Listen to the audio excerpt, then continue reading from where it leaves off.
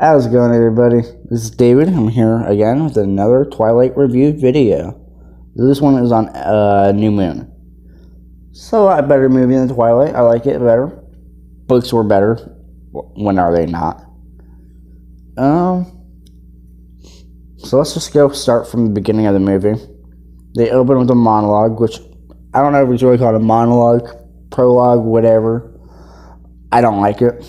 So you see Bella running through the streets of Paris, trying to stop Edward from revealing himself to everybody. You see the clock hit noon, and I believe you see him sparkling, and then it changes scenes.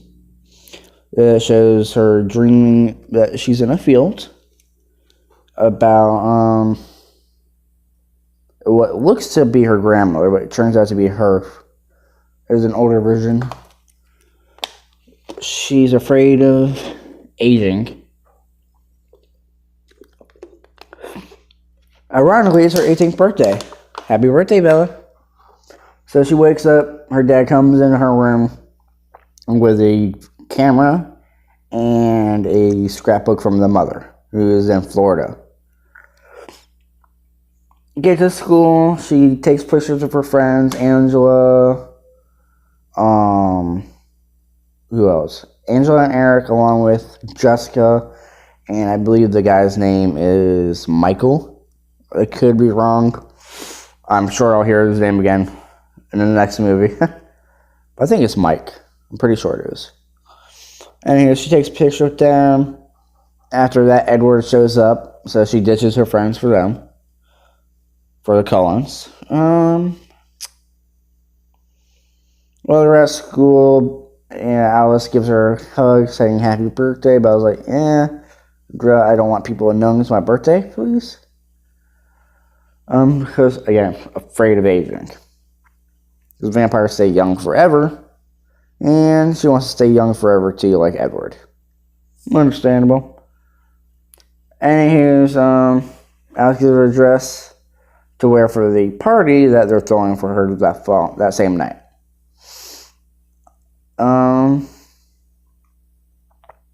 The party itself was going good for a little while until, who was it? I'm trying to remember the presents that she got. One was, it's coming back to me. A car stereo that was already in her truck from Emmett. That was the second gift she got. Oh, the first gift was from Rosalie, which was a necklace that Alice helped pick out. Good old Alice with the future vision. She's opening a gift from Carlisle and Renesmee, I believe her name is. Renee. And she gets a paper cup. Jasper, who is Alice's mate or boyfriend, whatever you want to call him. He goes into a frenzy because he smells human blood. And he's haven't been a vegetarian for too long yet. So Edward's stupid self decides to throw Bella backwards to knock her out of harm's way. Doing so, though, he throws her into a glass coffee table, which shatters, and Bella's arm starts bleeding horribly. All the vampires pretty much have to get out, except for Carlisle. Carlisle's like, yeah, Edward, go calm your brother down. Like, he needs your help. I don't think he'll listen to anybody else besides you. So, Carl fixes Bella up in the office, stitches her up. And he also explains why Edward does not want to turn Bella into a vampire. And that's because Carlisle feels that they're all doomed to damnation. And he's passed that belief on to all the others, so they all believe they're going to hell. Edward was just really concerned about Bella's soul, so she doesn't want to turn her. Yeah, he doesn't want to torture her soul to eternity. For torture, or you know what I mean. Anyways. So she explains that they get into a small argument about it as they're going home, or after Bella's already home. Next day, Edward breaks up with her. You get a 3-month montage of her being depressed and sitting in the same spot, not moving, but time changing. Like each spin around the room is a month. They show a different scene outside each time. Same corny music was playing, soft classical music, I want to say it was. I don't really listen to music, so it's hard to identify certain melodies or melodies, like instrumentals. It's harder for me to distinguish instrumentals. So eventually Charlie's like, yeah, look, I've had enough of your mopiness. You're going to Jacksonville. And I was like, no, I'm not. I like all my friends here. Charlie was like, we haven't really been hanging out with them. Because she's been depressed. She's isolating herself. Apparently it's been scaring the hell out of him and her mom. So Bella comes up to this quick lie that says she's going to go shopping with her friends tomorrow. Long story short, she does go shopping, but they leave right after because Bella's a snorer. They end up going to the movies, which was adrenaline, hypey, junk, or some action flicks, I guess, to take Bella's mind off of it, off Edward. As they're walking home or walking wherever, they see a bunch of people catcalling them.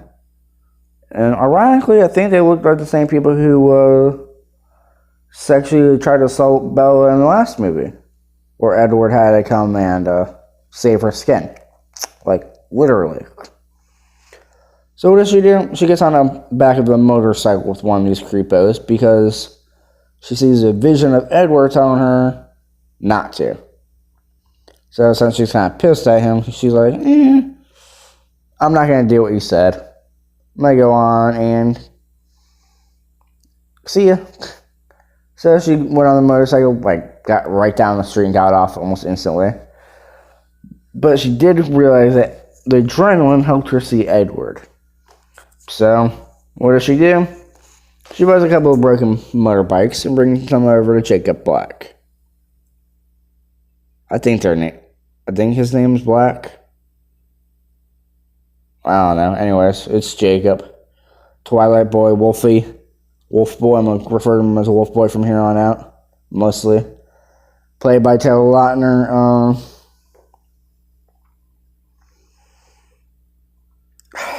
Let's see. She brings the bikes over to him. He helps her fix them up. They go through another montage, which shows one of the things I think was stupid though, is they order a pizza. Bella grabs a slice of pizza, throws it to him. He catches it, and it turns into a wrench. First off, never throw a slice of pizza. That usually doesn't work out in the way you think. Cheese usually slides off. I mean, the dog is usually thankful, but who knows? Maybe. Nah, he wasn't a wolf boy yet, so. Anywho, stupid montage partially seen, but it was alright. I noticed that the scenes with Bella and Jacob are less cringeworthy, supposedly, than when Bella and Edward are on screen, which is just cringeworthy all the time. Like, Bella just almost can't seem to speak whenever, like, she's around Edward. She's always gasping and always out of breath. Like, it just annoys me. I'm sorry. And that's throughout the whole series.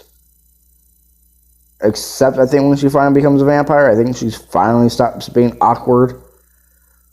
But who knows? I could be wrong. It's been a while since I've seen the movie. I'm gonna be rewatching it anyways, so we'll find out.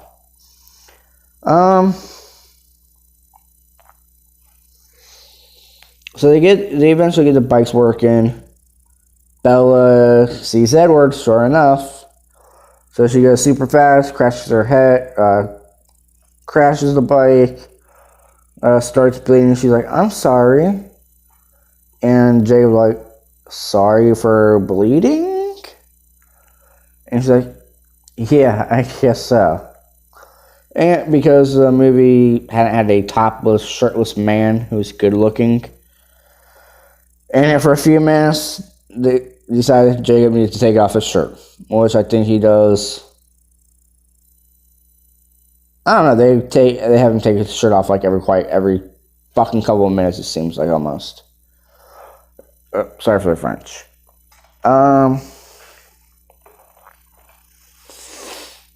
Let's see.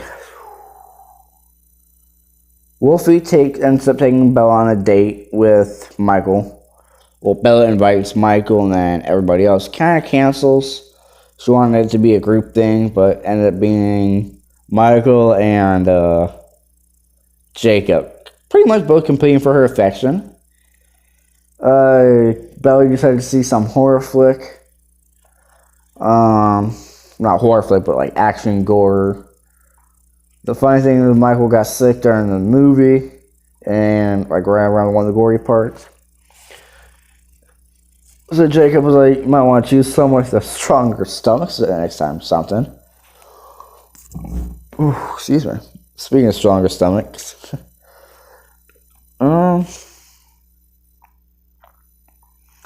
At that point, Jacob promises never to hurt her like Edward did.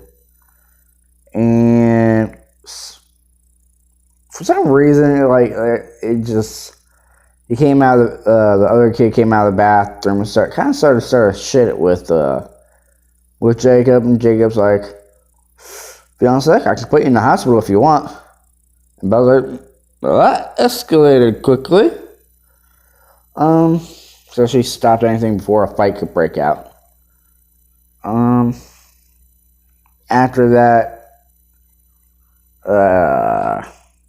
Wolf Boy just ignores her for a while because he finally starts to become a wolf. Starts to become Sam's pack, and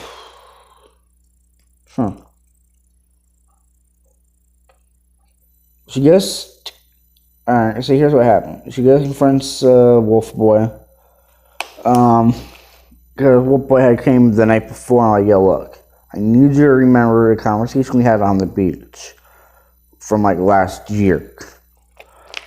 And she got the clue that they were descended by wolves, werewolves. What? Yes, Jacob's a werewolf. So she's like, "I know you guys are wolves." Her stupid ass goes right up to the one of the good wolves and starts smacking him around. He loses control, wolf's out. Come on, this bitch just comes up to me, I'm gonna slap her too, okay? Like, just slaps me, I'm gonna lose my cool too. So he wolfs out. Jacob hears some commotion inside, wakes up, comes out, starts running towards the other wolf. Wolf's out. Bella's accepted. She's like, they're like, "Okay, you're cool, whatever." They go meet Sam's new girlfriend / fiance, Emily, who Sam actually injured because he got pissed one day and she's in his way, and he clawed like the whole left side of her face. She seems very friendly though.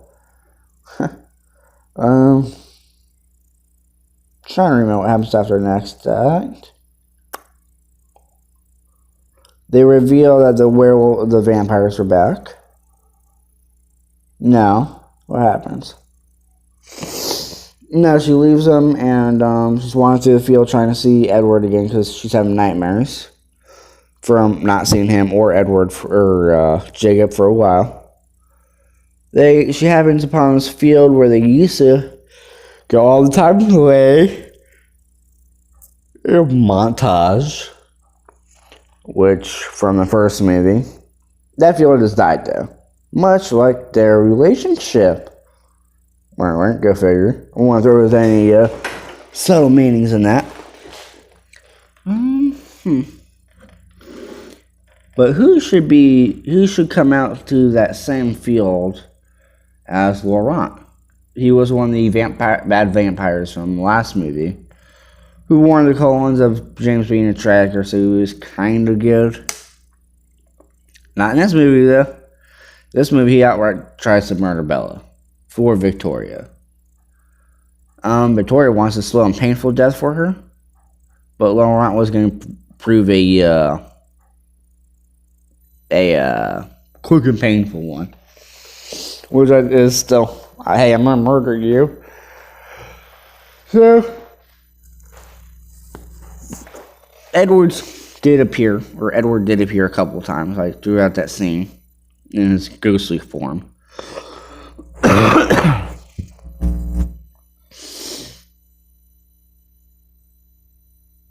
Appears in ghost form. Oh, and then the werewolves show up. They kill Laurent, thankfully for Bella. Jacob shows up, power of the pack as well, kills Laurent. Kind of boasts about it later on in the movie. Because they're like, we took down that vampire fucker pretty quickly. We took down that vampire guy pretty quickly. Yeah, they ate him. Like, straight up ate him. So what happens is, once again, Jake cuts her off because he doesn't want to see her anymore, trying to protect her. Just like Edward. Bad mistake, guys. When are y'all going to realize leaving the girl to protect her doesn't work? It just leaves them vulnerable to attack, which happened to Bella. Case in point. So, they reveal that Victoria was back as well. That Victoria had just been chased to the Canadian border the other night by the wolves.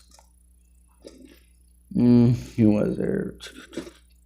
And this was when, because what happened was, again, Bella was trying to desperately see Edward again.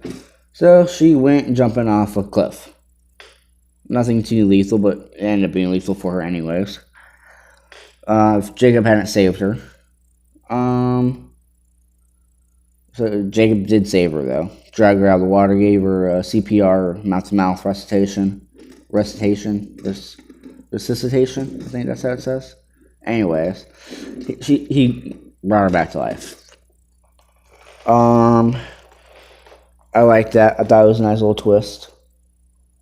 Not twist, but, you know. I like that he brought her back to life. But at the same time, Henry Clearwater, who was hunting the wolves, but also protecting them because he was a wolf himself. Victoria actually comes up, gives him a heart attack. So, unfortunately, he passes away. Around the same time, Bella got saved.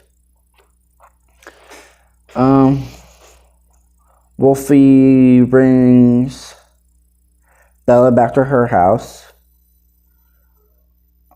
But he smells a vampire there. Bella's like, oh shit, who's here? Is it anybody too bad? But then she knows it's Carlisle's car. And I was like, no, it don't matter. It's a trap. Don't fall for it. Bella gets out of the truck anyways, goes up to the front door from the house. And she's like, Jacob's like, if you go in there, Bella, I cannot protect you. You're in Cullen territory on here. And he's like, Bella, please do not cross the line. Bella's like, don't draw the line then. I'm going inside. So, she comes inside. Alice is there looking for her. Or Charlie, actually, because she thinks Bella's dead. And it's a nice little heartwarming reunion that happens. Like, I really did like it. It was a heartwarming scene. Then Bella smells wet dog. And she's like, what's that wet dog smell? She's like, oh, it's probably me. I was in the lake. Or I just got done in the lake. She's like, no, that's wolfy smell. I know that smell anywhere. Sure enough, here comes Jacob walking in. And Bella's like, I thought you couldn't protect me. He's like, yeah, well, I guess I care more about you than I should. Or something to that effect. Well, you know, he's like, I care about you more, I guess. Instead of the treaty, so, whatever.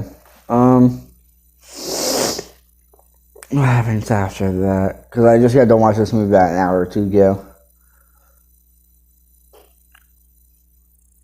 It'll come back to me. Give me like 2 seconds. Okay, now I remember. While they're there, Edward is calling Charlie's confirmed to see, or calling somebody there to see if Bella's okay. And Jacob says, Charlie's not here now. He's too busy arranging a funeral. And, Jacob's like, oh shit, you might want to back up. Because I guess he could smell, Alice coming in, very pissed. And she's like, what? He knows. Which is still scary. Pretty much, thanks to, Rosalie told Edward why Alice went back to the States. Went back to Washington. So I'm assuming she was just calling Charlie's house. He was calling Charlie's house to make sure Alice had made it there. Who knows? But instead he talked to somebody else. Who it was he talked to? Wait, did he talk to anybody else? Yeah, Jacob answered the phone. I'm sorry. Jacob's like, he's not here right now. He's got a funeral planned. Dick move. You see Edward crushing his phone in pain, like he's about to cry. Understandably, he thought his girlfriend just died, her ex-girlfriend. I mean, come on, he had moved away to protect her. What happened next is Alice sees that, kicks Jacob out pretty much. Long story short, they ain't going all the way to Paris or wherever it is that Jacob is at, or Edward is at. Edward has like 5 minutes to go before he reveals himself to the humans. Bella makes it to him in like the nick of time. Like, this dude had already derobed, like taking off his shirt, and was already walking out into the sunlight. When Bella pretty much tackled him, she's like, open your eyes, I'm here in front of you, right now. So, and this little girl had already seen him. So he got lucky that he didn't get killed instantly. Because the vampires are not supposed to be known about by the humans. What else happens? Oh, the Volturi comes after them. I don't care to remember their names except for Arrow. And he's the main guy. He can read people's minds, just like Edward can. But he has to touch them, and he can read everything you will ever think of. Or he'll know every thought you ever had. And I think ever will have. Or some close to that effects. They try killing Edward, and then they try killing Bella, Edward, blah, blah, blah, blah, blah, blah. They notice Bella has a certain gift for a shield, pretty much. Which is explained in the fourth book, I apologize. And I still don't really understand how it works. I'm going to have to watch it and re-listen to it. Anyways, I don't know why I want on it about her being a shield for. No, not a member of S.H.I.E.L.D. Not a member of S.H.I.E.L.D. from Marvel. I wish. That'd make things a whole lot more interesting, though.